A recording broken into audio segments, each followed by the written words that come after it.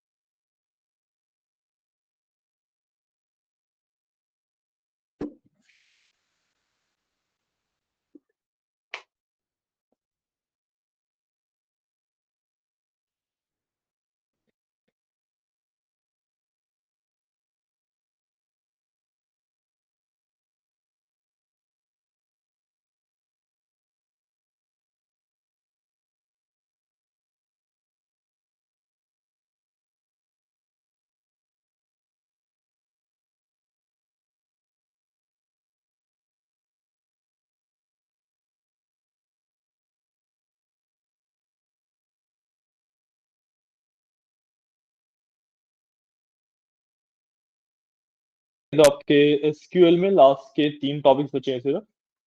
ठीक है, तो वी विल ट्राई कि हम आज खत्म कर लें। अगर आप आज खत्म कर पाते हैं तो वेल एंड गुड, अगर नहीं कर पाते तो फिर कल तो खत्म हो ही जाएगा। मतलब इस वीक आपका एसक्यूएल खत्म हो जाएगा।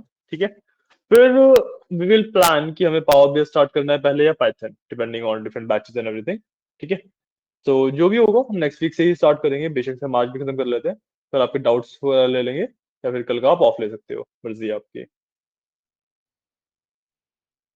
ठीक है, तो आज जो हमें सबसे पहला टॉपिक करना है that is called stored procedures. ठीक है, मैंने सबसे पहले बस यूज कर लिया अपना जो डेटाबेस है उसको। ठीक है, when you are talking about stored procedures, तो स्टोर्ड प्रोसीजर का मतलब क्या होता है कि भाई मेरे पास ना मल्टीपल क्वेरीज हो सकती हैं। ठीक है, मैं मल्टीपल क्वेरीज के अंदर डिलीट भी कर रहा हूँ, इंसर्ट भी कर रहा हूँ, काफी सारी चीजें कर सकता हूँ। ठीक है, so the problem with views या फंक्शंस या एवरीथिंग लाइक दैट इज कि भाई इसके अंदर ना मैं सिर्फ चीजें देख सकता हूँ, उनको मॉडिफाई नहीं कर सकता। मैं जब भी व्यूज की, फंक्शंस की, इन सब की बात करता हूँ तो मैं चीजों को देख सकता हूँ, उनको मॉडिफाई नहीं कर सकता। ठीक है, तो store procedures actually allow me to write the queries जिनसे मैं चीजों को मॉडिफाई भी कर सकता हूँ। ठीक है, तो जो फंक्शंस थे, व्यूज थे, या ट्रिगर्स भी थे, ट्रिगर्स तो नहीं, ट्रिगर्स तो कंसेप्ट ही अलग हो गया। जो फंक्शंस या व्यूज थे वो लिमिटेड थे मेरे सिलेक्ट स्टेटमेंट के लिए, राइट। मैं इंसर्ट, अपडेट, डिलीट स्टेटमेंट्स नहीं यूज कर सकता था उसमें। ठीक है, अब स्टोर प्रोसीजर्स के अंदर मैं ये वाली स्टेटमेंट भी यूज कर सकता हूँ। तो यहाँ पे देखो, बट एक स्टोर प्रोसीजर बना रखा होगा मैंने, और give me a second।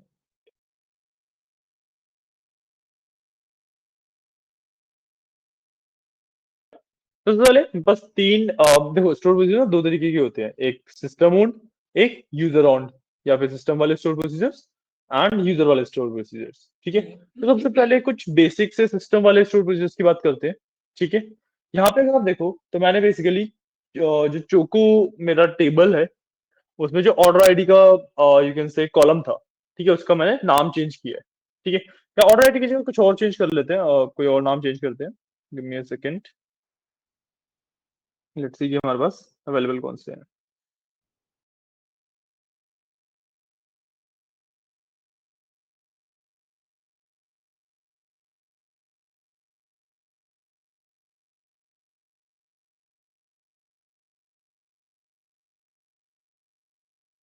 जो प्रमोशन लिखा हुआ है ना, इसको I want to do promo. ठीक है, तो I will simply do choco dot promotion to promo. तो चॉकलेट में जो प्रमोशन का कॉलम है उसका नाम चेंज करके हम प्रोमो कर रहे हैं, और मैंने बता दिया इसे कि भाई एक कॉलम है। ठीक है, सर अपडेट में भी तो मैं ऐसे करती अपडेट में आप नाम थोड़ा चेंज कर सकते हो, कॉलम का नाम आप किससे चेंज कर सकते हो। हूँ। नहीं, हम वैल्यू के जैसे अपडेट कर देते हैं ना। वैल्यू अपडेट करना तो इज अ डिफरेंट कंसेप्ट, वो कंसेप्ट ही पूरा डिफरेंट है ना। ठीक है। स्टोर प्रोसीजर से आप कॉलम का नाम वगैरह भी चेंज कर सकते हो। और हम जो टेबल है वो भी चेंज कर सकते हैं। टेबल का नाम वगैरह चेंज नहीं होता है इससे, कॉलम्स के लिए जाता है, इसे यूज किया जाता है अच्छा, सिर्फ ठीक है। कॉलम का नाम चेंज करने के लिए। ठीक है, ठीक है। नहीं, जैसे हम अपडेट कर रहे थे चीजें कि हमें सेल से ये कर दो। मैं कह दे रहा हूँ सिर्फ कॉलम का नाम चेंज होता है, अच्छा, सिर्फ एक ही चीज सिर्फ है कॉलम ये। के नाम चेंज करने के लिए। ठीक है। ठीक है, तो इसको मैं रन करता हूँ। हमारे पास वैसे कोई क्वेरी नहीं थी ना कॉलम का नाम चेंज करने के लिए, तो ऐसे रन किया, ये क्वेश्चन देता है जैसे फॉरवर्डिंग है, कोई इशू नहीं है। बट मैं अगर अपने ऑब्जेक्ट एक्सप्लोरर में आके इसको रिफ्रेश कर लूँ एक बार, एंड अब मैं अपने कॉलम का नाम देखूँ, तो tables, then choco, then columns, तो देखो यहाँ पे कॉलम का नाम प्रोमो हो चुका है। ठीक है, सिंपली आप कॉलम का नाम चेंज कर सकते हो इस तरीके से। ठीक है, अब आपको लेट से कॉलम्स के बारे में इंफॉर्मेशन देखनी है। ठीक है, बहुत सारी इंफॉर्मेशन आएगी, हमें बहुत इसकी नीड नहीं होती, बट या कॉलम्स के बारे में इंफॉर्मेशन देखनी है तो देखो यहाँ पे आपके हर एक कॉलम की इंफॉर्मेशन आ गई है, सारी इंफॉर्मेशन जितनी भी उसके बारे में इंफॉर्मेशन थी। ठीक है, यूजुअली इसको हम कॉलम के नाम या डेटा टाइप्स इन सबको देखने के लिए यूज करते हैं। ठीक है, अब मेरे को टेबल के बारे में सारी इंफॉर्मेशन चाहिए तो आई यूज sp_help। ठीक है, मेरे को टेबल के बारे में इंफॉर्मेशन मिल गई, कब बना, किसने बनाया, एंड कौन कौन से कॉलम एंड सो ऑन। ठीक है, यहाँ पे जो बेसिक का फॉर्मेट रहता है वो रहता है एग्जीक्यूट EXEC। ठीक है, उसके बाद आपके स्टोर प्रोसीजर का नाम। यहाँ पे हम अभी के लिए we were like using system store procedures, तो इसके जो फॉर्मेट सिस्टम वालों का रहता है वो SP_ करके रहता है। ठीक है, what ever the name of store procedure is. ठीक है, चीज में एसपी आएगा ही, है ना? हाँ सिस्टम वालों में। ठीक है, अगर मैं अपने क्रिएट करना तो मैं कुछ भी नाम दे सकता हूँ। ठीक है, ठीक है, जैसे फॉर एग्जाम्पल मैं नीचे आऊँ, यहाँ पे मैंने एक यहाँ पे बेटर अपडेट का स्टोर प्रोसीजर बनाया है। ठीक है, बनाने के लिए मैंने simply create procedure better update, मेरे प्रोसीजर का नाम, उसके बाद पैरामीटर्स। इसमें पैरामीटर्स में मेरे को ब्रैकेट लगाने की नीड नहीं होती, मैं सिंपली कॉमा करके लिख सकता हूँ, जैसे मैंने @s और @o लिखा हुआ है। ठीक है, मेरा गोल क्या है, मैं सेल्स की वैल्यू को अपडेट कर रहा हूँ wherever whatever the order ID is. ठीक है, ठीक है, किसी भी ऑर्डर आईडी के लिए मैं सेल्स की वैल्यू को अपडेट कर रहा हूँ, बट नॉर्मली भी मैं अपडेट कर सकता हूँ, तो ऐसे क्यों कर रहा हूँ। इसमें ना मैंने एक खास चीज क्या करी है कि जब भी मैं अपनी ऑर्डर आईडी अपडेट कर रहा हूँ, सो इट विल शो मी कि भाई पहले क्या थी वो एंट्री और बाद में वो एंट्री क्या हो गई। ठीक है, ठीक है, समझाया मैंने कैसे किया है। क्रिएट प्रोसीजर बेटर अपडेट, उस पर मैंने पैरामीटर्स दे दिए। ठीक है, उसके बाद एज बिगिन, जैसे फंक्शंस के अंदर व्यूज के मतलब व्यूज के अंदर फंक्शंस के ट्रिगर्स के अंदर होते हैं सेम तरीके से। ठीक है,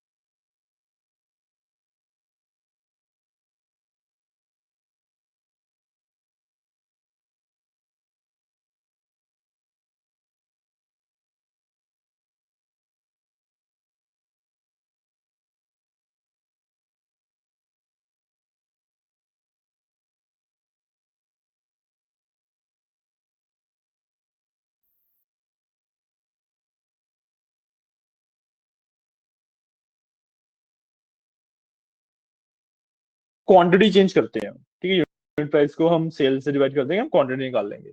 ठीक है, सिंपल है, एक ट्रिगर बनाते हैं। ठीक है, तो डू क्रिएट ट्रिगर। ठीक है, ट्रिगर का नाम और करते हैं लेट्स से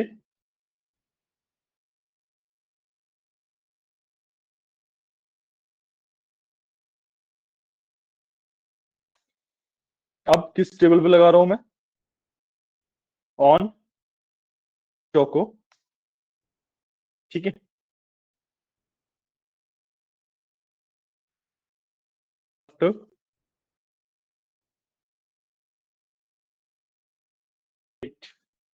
ठीक है, बिगिन। ये अब रखूंगा क्या मैं इसमें, एक मिनट, मैंने कुछ मिस किया क्या, देखो एक मिनट।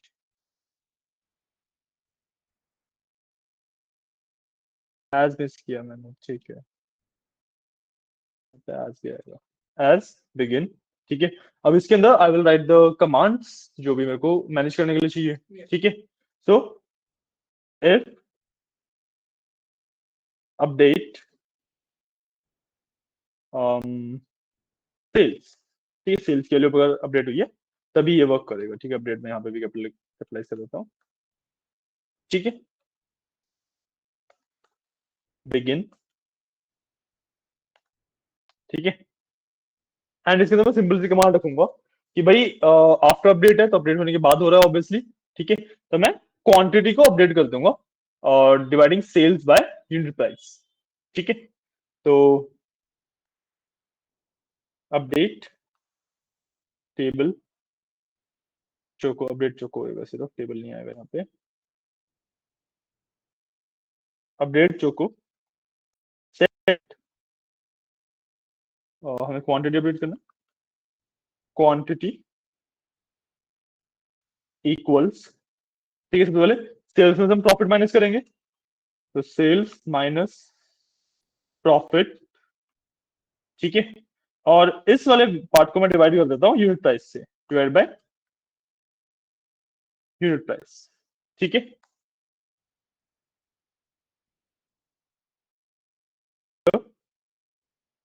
मेरे को इसमें ऑर्डर आईडी भी चाहिएगी। अब क्योंकि सेल्स अपडेट हुई है तो इंसर्टेड वाले टेबल में से मैं ऑर्डर आईडी निकाल सकता हूँ इजीली, राइट। एक जॉइन लगा के मैं इंसर्टेड डिलीट पे से ऑर्डर आईडी निकाल दूंगा। ठीक है, वेयर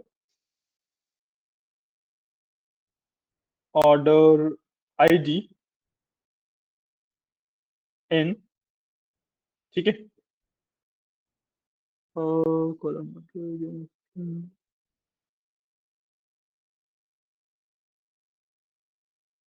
कोई इशू नहीं होगा, ठीक हो जाएगा। फिर ऑर्डर आईडी इन, अब एक वो लगाते, select order ID from deleted D, inner join inserted I, ठीक है, on d dot order id equals I dot order id। ठीक है, अब जो ऑर्डर आईडी मेरे को चाहिए ये मेरे को चाहिए लेट्स से इंसर्टेड वाले टेबल आई डॉट। ठीक है, I think it's okay, it's okay. ठीक है, एंड इसके बाद मेरे को सबसे पहले इसको एंड करना है, तो एंड, इफ मेरा एंड हो गया एंड इसके बाद मैं ट्रिगर एंड कर दूंगा। ठीक है, मैंने एक ट्रिगर बना दिया है। अब मैं इस ट्रिगर को क्रिएट कर देता हूँ, मैंने क्वेरी लिखी है अभी, इसको क्रिएट कर देते हैं, ऑल टेक्स्ट, मेरा ट्रिगर बन गया। ठीक है, अब मैं बेटर अपडेट यूज करता हूँ, लेट्स से मैंने सेल्स वैल्यू 100 कर दी। ठीक है, तो इसको मैं ऑल टेक्स्ट करूंगा। ठीक है, तो यहाँ पे देखो जब 165 थी तो क्वांटिटी 12 थी, जब 100 हुई तो क्वांटिटी 4 रह गई। ठीक है, इसको मैं अगर 200 कर दूंगा तो क्वांटिटी 12 हो गई। ठीक है, कैलकुलेशन वही है कि जो प्रॉफिट वगैरह के हिसाब से चेंजेस हो रही है वैल्यू। ठीक है, समझ आ रहा है, कोई डाउट नहीं ना? ठीक है, सो जो मैं बता रहा था कि भाई एक स्टोर्ड प्रोसीजर जो मैं एक बेटर अपडेट कर रहा हूँ तो मेरे को उस टेबल में जो भी चेंजेस हो रहे हैं वो शो कर देगा। मैं यहाँ पे वेरीफाई कर सकता हूँ कि क्वांटिटी भाई चेंज हो रही है। ठीक है ना, नॉर्मली अपडेट में मेरे को ये चीज पता नहीं लगती, मैं जब बेटर अपडेट बनाया तो मेरे को ये चीज पता लग रही है।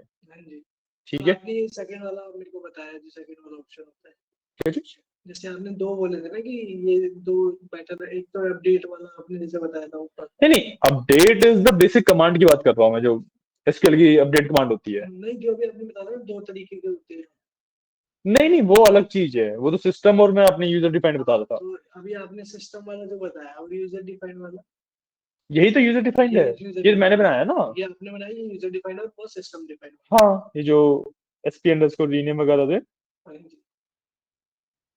जो ये वाले हैं, ये सारे सिस्टम हाँ, डिफाइंड है। ठीक है। ठीक है, ठीक है। ठीक है। क्लियर है चीजें? हाँ जी। कोई डाउट? नहीं सर। नहीं। ठीक है, अब हम अपने प्रोसीजर को ऑल्टर करना और सीखेंगे। ठीक है, मैं ठीक अपने है। प्रोसीजर को चेंज कैसे कर सकता हूँ, मैंने एक बार क्रिएट कर दिया तो ऑल्टर कैसे कर सकता हूँ। ठीक है। ठीक है, तो यहाँ पे एक एग्जांपल देखो आप, मैंने क्या किया, ऑल्टर प्रोसीजर बेटर अपडेट, फिर मैं इसको ऑल्टर कर रहा हूँ। ठीक है, मैंने ऑल्टरेशन के टाइम पे क्या किया, मैंने यहाँ पे प्रॉफिट की वैल्यू पे चेंज कर दिया। अब इसे आप देखोगे कि भाई अब यहाँ पे प्रॉफिट की वैल्यू अपडेट हो रही है। ठीक है, तो अगर मैं इसको रन कर देता हूँ, गेटिंग पॉइंट, यहाँ पे पहले सेल्स था, प्रॉफिट है, हाँ जी। This is the change I made. Profit कर रहे ठीक है, मैंने इसको रन कर दिया, ये ऑल्टर हो गया मेरा प्रोसीजर।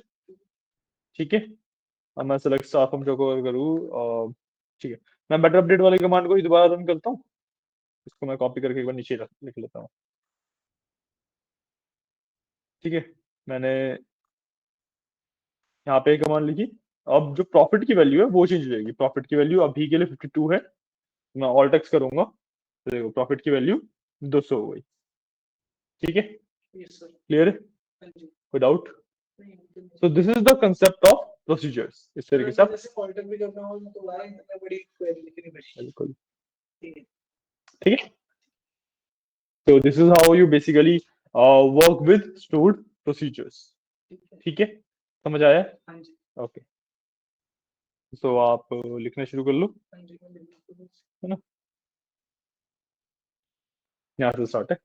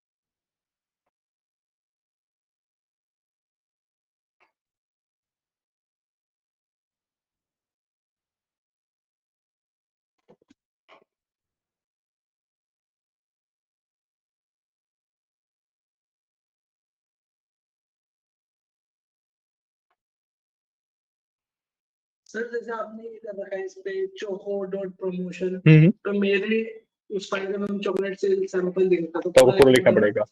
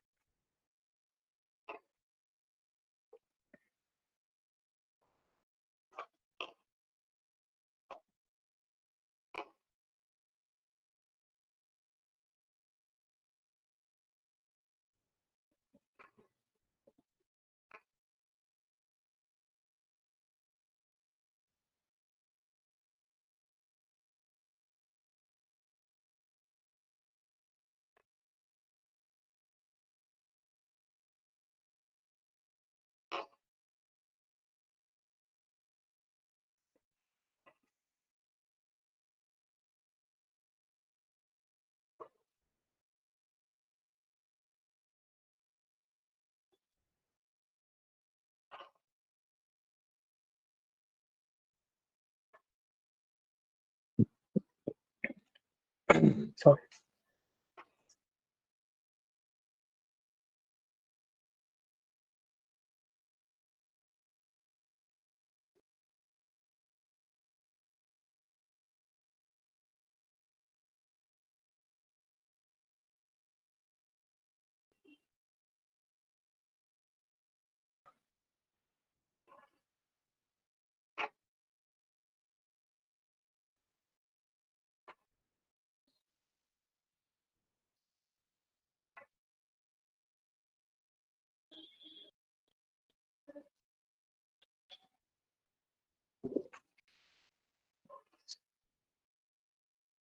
क्वेरी ऊपर करना होगी। एक मिनट।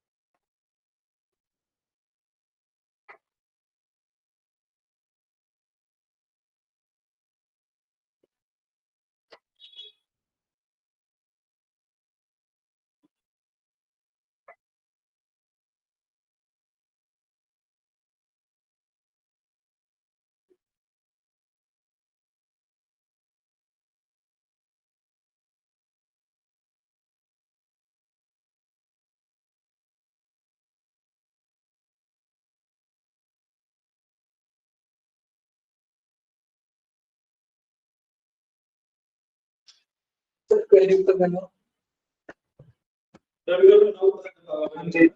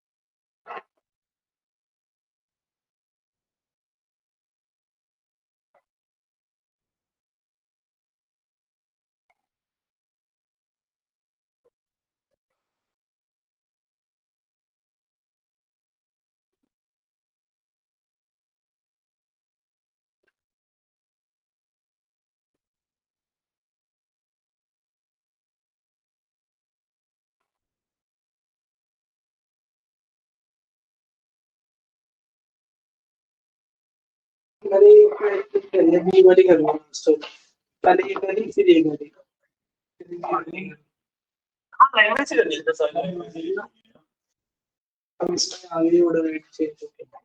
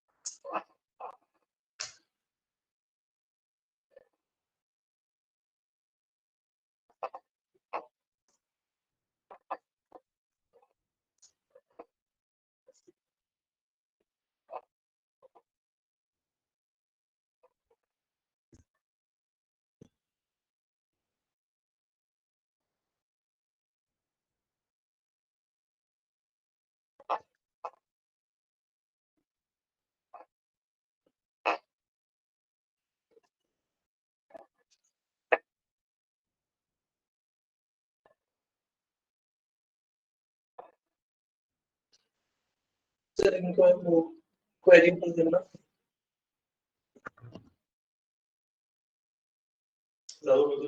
नहीं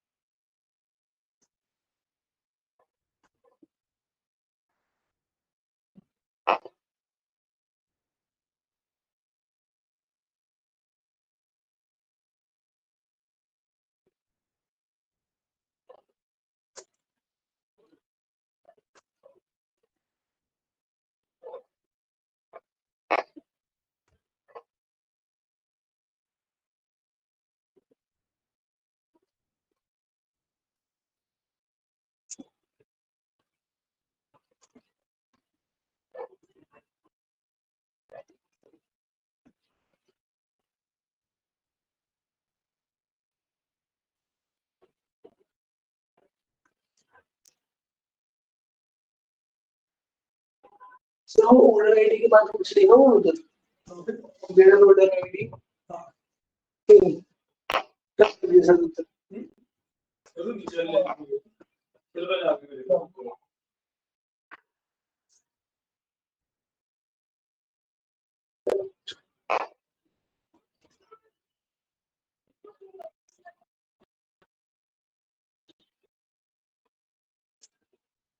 Let's do one thing. मैं सोच रहा हूँ आपका ना एसक्यूएल आदमी के अंदर बात में इसका बहुत छोटे छोटे दो टॉपिक बचे हैं हमारे पास।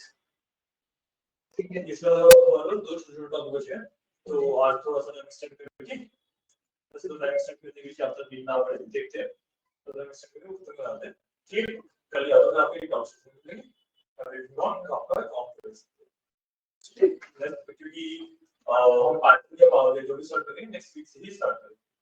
ठीक है ना वैसे तो करना होता है। ठीक है तो लेट मी नो कि आपको डाउट्स में और ऑफ में ठीक है sir.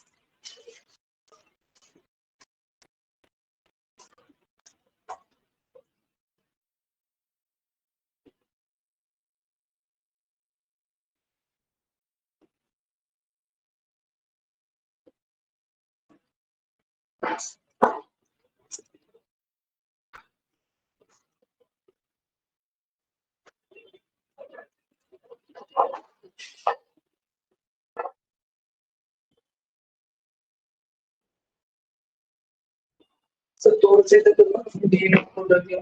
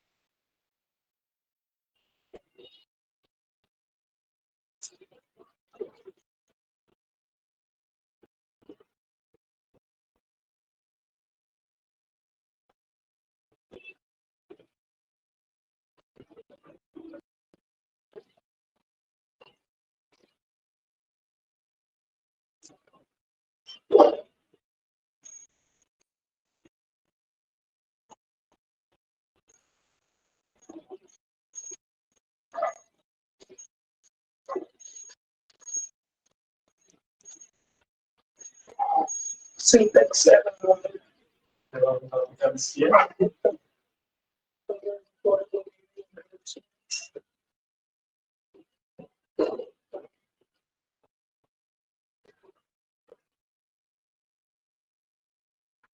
Open the mouse.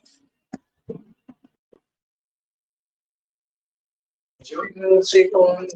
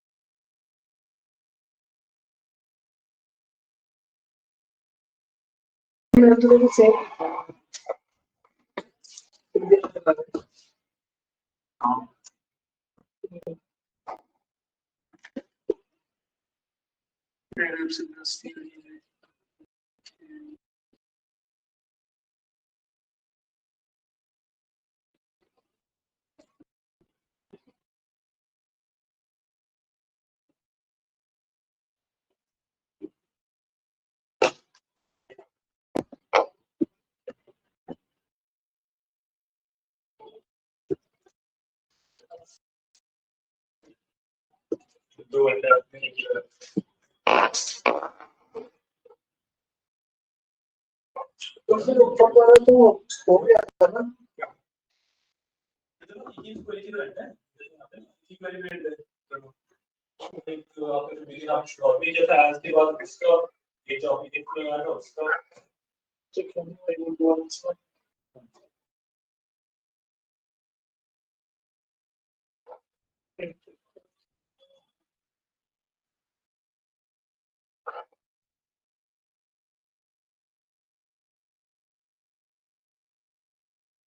Sir जो इसमें तो मैंने तो एक ही करा था इसमें।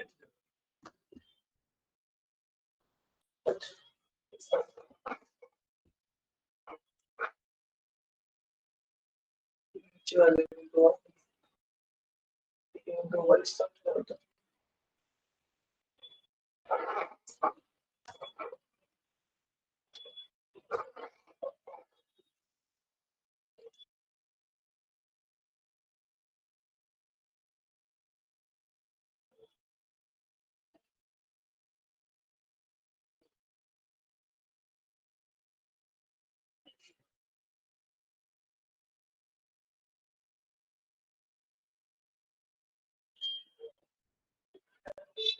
सर ये कमांड चलाने के बाद फिर चोको वाले टेबल में चले जाओ। मतलब कमांड चला दी मैंने, अब चेक करना। हाँ जी, अब चेक करना है मेरे को। ये जो गेट वाला कमांड कर देते हैं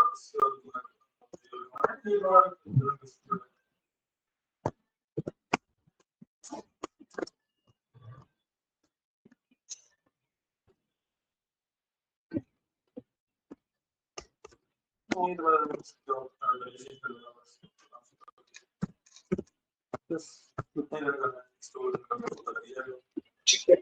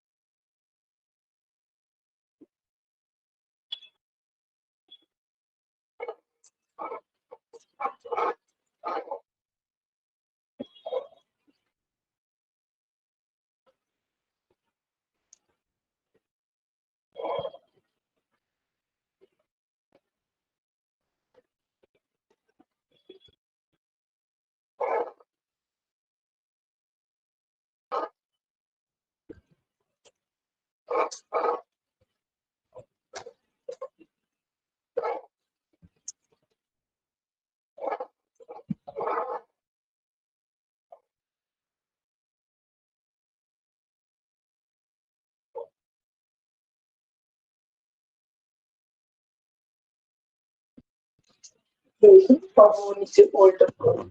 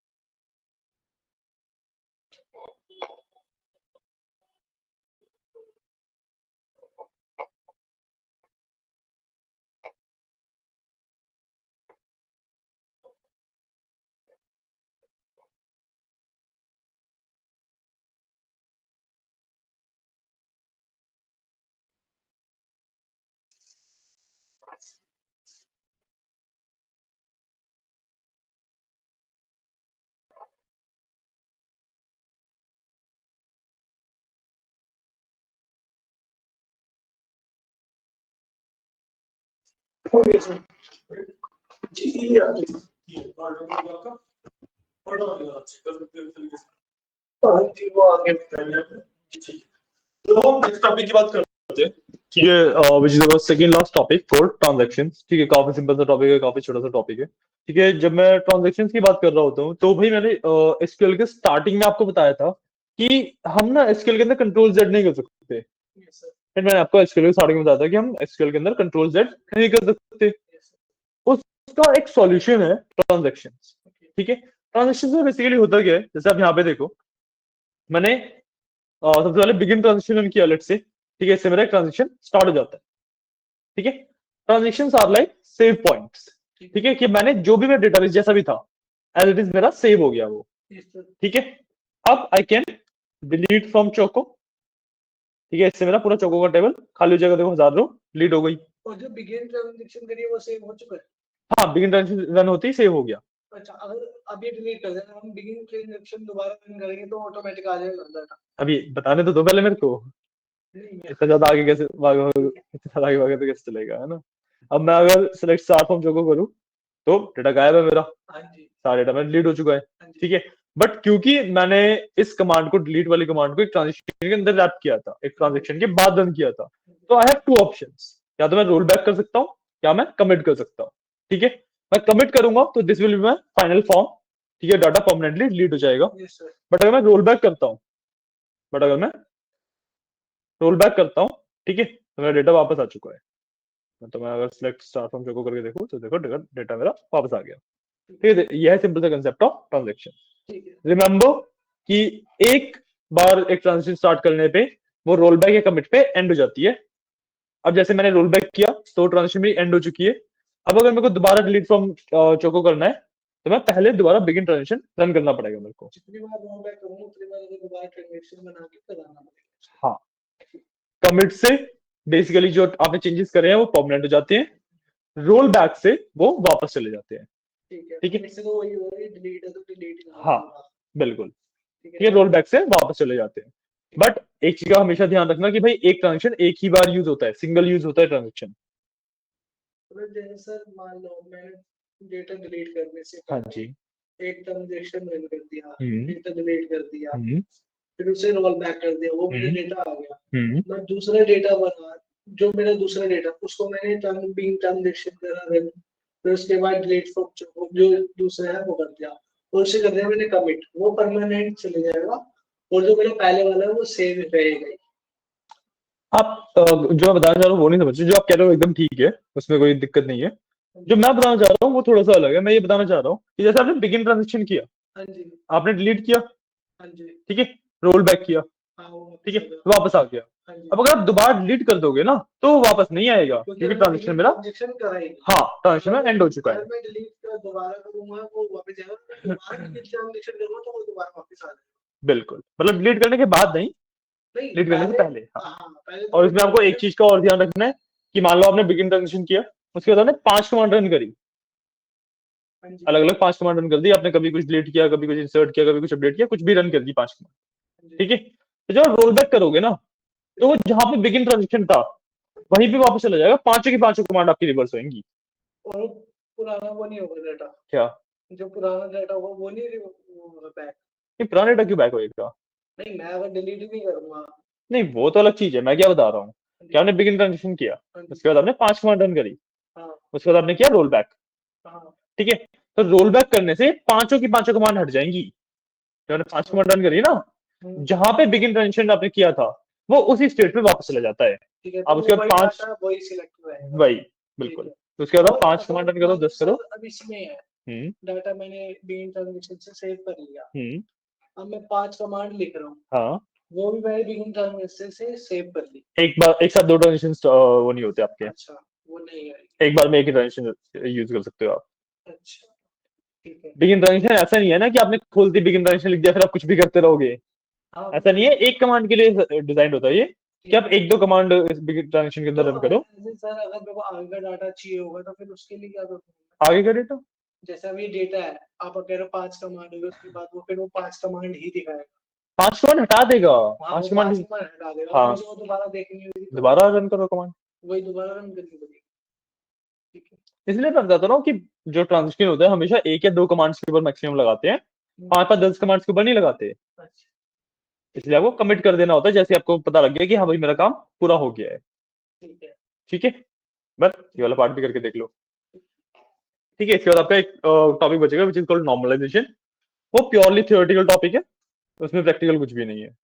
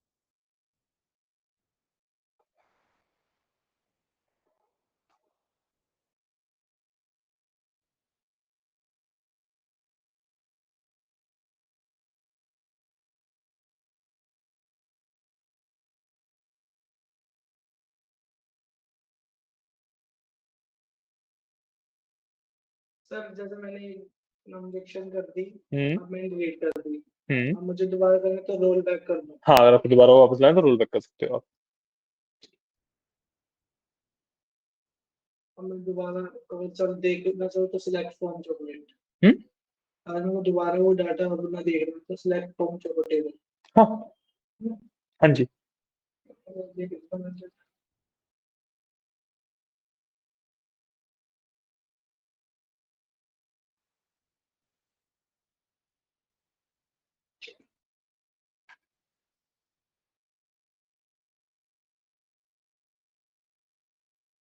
ओके सर, हो गया। Thank you.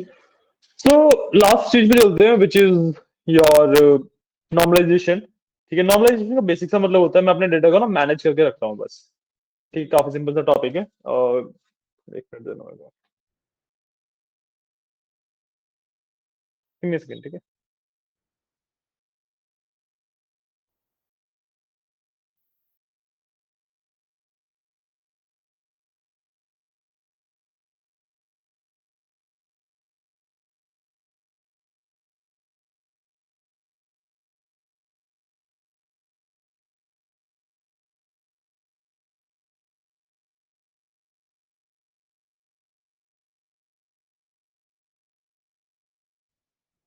नॉर्मलाइजेशन का मतलब होता है मैं अपने डेटा को अच्छे से मैनेज करके रख रहा हूँ, अपने डेटा को अच्छे से क्लीन करके रख रहा हूँ।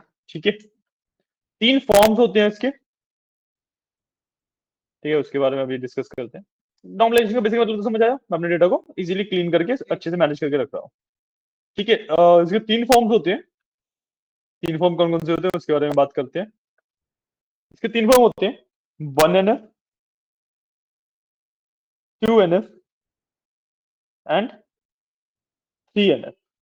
ठीक है, अब जब मैं 1NF की बात करता हूं तो बेसिकली मतलब क्या होता है कि मान लो मेरे पास ना डेटा कुछ इस तरीके का है। भाई 2 कॉलम्स है, मिनट को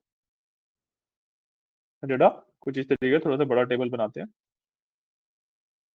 2 कॉलम्स है, यहाँ पे लेट्स से आईडी है, यहाँ पे स्केल है। ठीक है, और ID 1 पे मेरा पाइथन कॉमा एसक्यूएल लिखा हुआ है।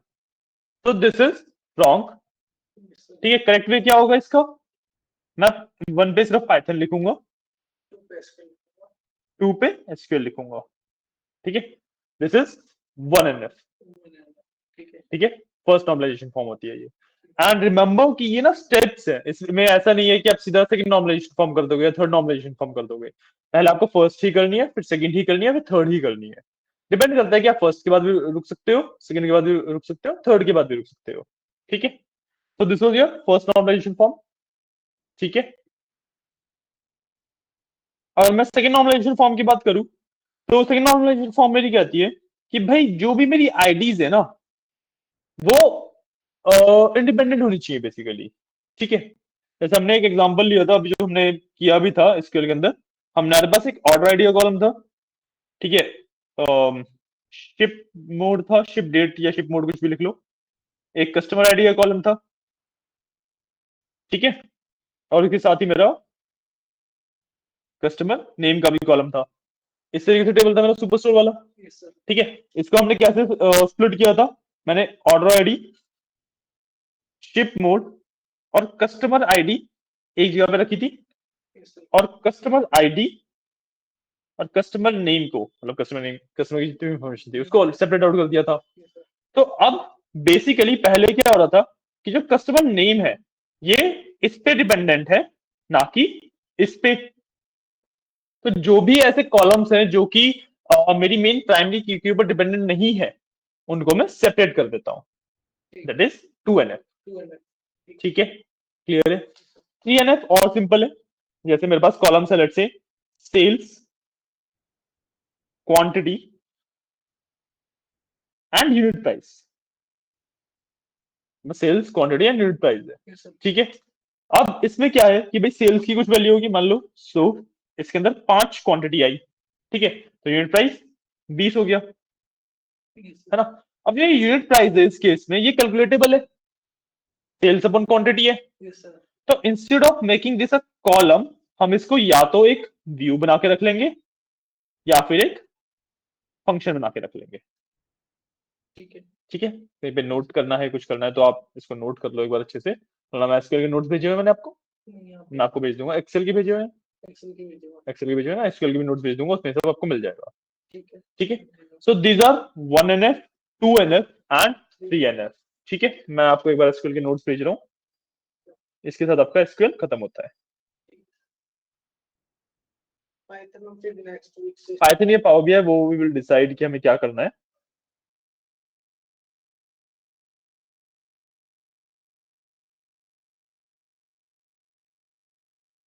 हम डिसाइड करेंगे कि हमें क्या करना है। यहाँ पे ये था हमारा proper part of that, SQL पूरा खत्म होता है यहाँ पे, ठीक है।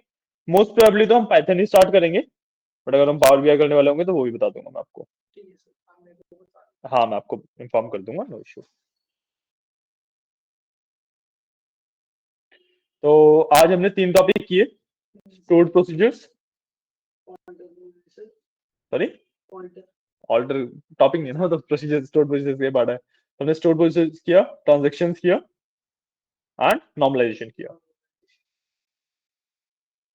ठीक है। इसके साथ आपका एसक्यूएल खत्म होता है, ठीक सर, ओके। तो आज के लिए इतना ही, कल मिलते हैं। थैंक यू सर, कल आप आ रहे हो फिर, डाउट्स लेना या तो कल आपको एक बार बता दूंगा, आप मेरे को कल इन्फॉर्म कर देना, नो इशू, ठीक है। अगर आप आओगे तो डाउट क्लास ही होगी, हाँ, ठीक है ना। और जो मेन हम टॉपिक स्टार्ट करेंगे नेक्स्ट वीक से करेंगे, ठीक है सर, ओके, थैंक चलिए, यू सर। Okay, welcome.